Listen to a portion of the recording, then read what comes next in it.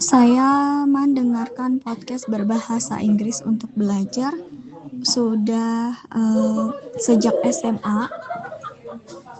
Podcast bahasa Inggris menghadirkan pembelajaran bahasa Inggris yang nyata dan alami karena di podcast biasanya itu interview seperti mengobrol sehari-hari. Jadi kita bisa belajar bahasa Inggris di seperti kehidupan sehari-hari.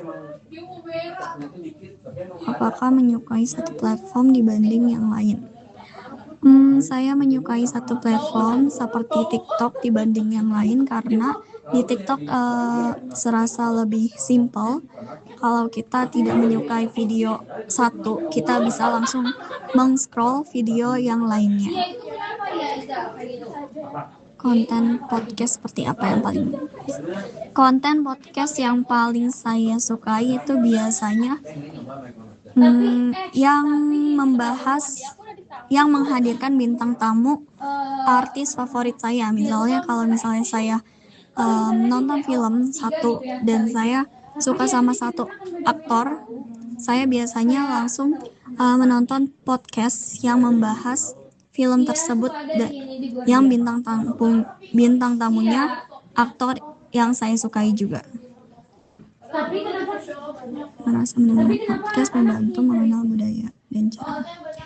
Mendengarkan podcast itu bisa membantu saya mengenal budaya dan cara berkomunikasi penutur bahasa Inggris karena seperti contoh kemarin saya menonton podcast interview antara aktor British yang menggunakan aksen British sehingga saya tahu cara mengobrol dengan aksen British dan juga tahu mengenal budaya.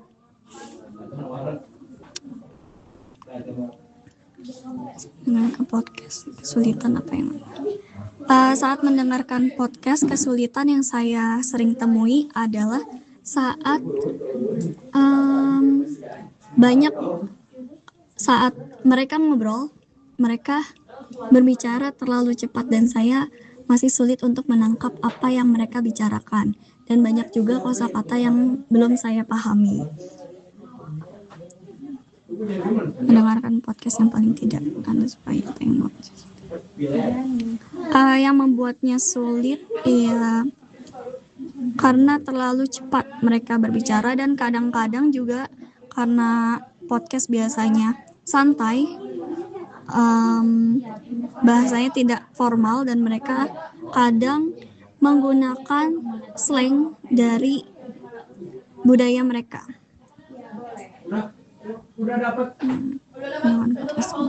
Bagaimana perasaan saya ketika kesulitan memahami isi podcast? Ya pastinya bingung dan kadang saya juga sering meng-skip bagian yang bingung sehingga saya beralih ke menit selanjutnya. Apa yang untuk mengatasi kesulitan tersebut, saya biasanya menggunakan subtitle berbahasa Indonesia sehingga lebih mudah memahaminya dan juga